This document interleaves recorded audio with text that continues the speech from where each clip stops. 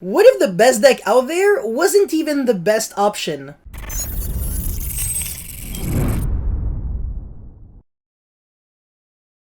So today we will be discussing whether rogue decks can actually surpass meta decks in competitive environments or not. Which one should you play? But before we get into this video, make sure you like and subscribe, and now let's jump right into it. So first of all, we have two words to define: rogue and meta. A rogue deck is an unorthodox and unexpected strategy that doesn't really see too much play, maybe because it's inconsistent, lacks power, too difficult to play, or wasn't really discovered and mainstreamed yet. Now, meta stands for most effective tactics available. The players usually decide which decks are the meta decks based on their maybe empirical data, so they actually see the decks that can consistently top. If you get to make a turn 1 board literally 90+% of the time, you can play through hand traps, or you can even play hand traps as well because you only need 1 or 2 cards to play. Usually that would kind of be classified as a meta deck.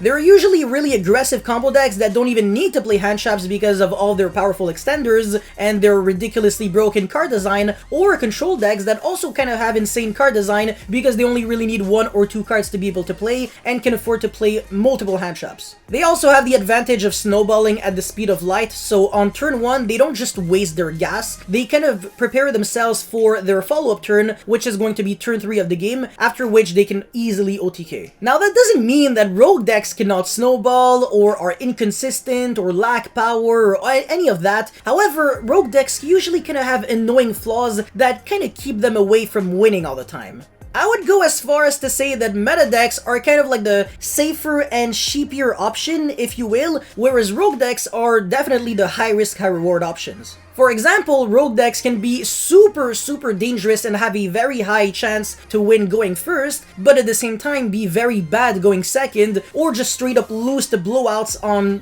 side deck cards post game 1, or staples that everybody plays. A diametrically opposed example would be Glass Cannon going second OTK decks that are very good going second and can easily OTK, but at the same time, if you force them to go first, unless they draw significantly above average hands, they kind of can't really do anything oppressive that the meta decks can't really combat with. Since meta decks have an inherently powerful engine, they're the most proactive decks out there, and they easily punish their opponents for breaking, since like I said, they only need 1 or 2 cards to play most of the time. Unfortunately, rogue decks cannot afford to disregard their opponents the same way meta decks do, so they have to be built specifically to counter those decks. Meta decks have a tendency to change every single format or two, so the same rogue deck might be very good for that period of time, but as soon as a drastic change is brought to the format, you might actually have to drastically change your own rogue deck, or maybe even consider playing another deck entirely. Now, a massive advantage to playing rogue deck is the surprise factor. I cannot stress that enough. I have no idea the amount of insanely high level players,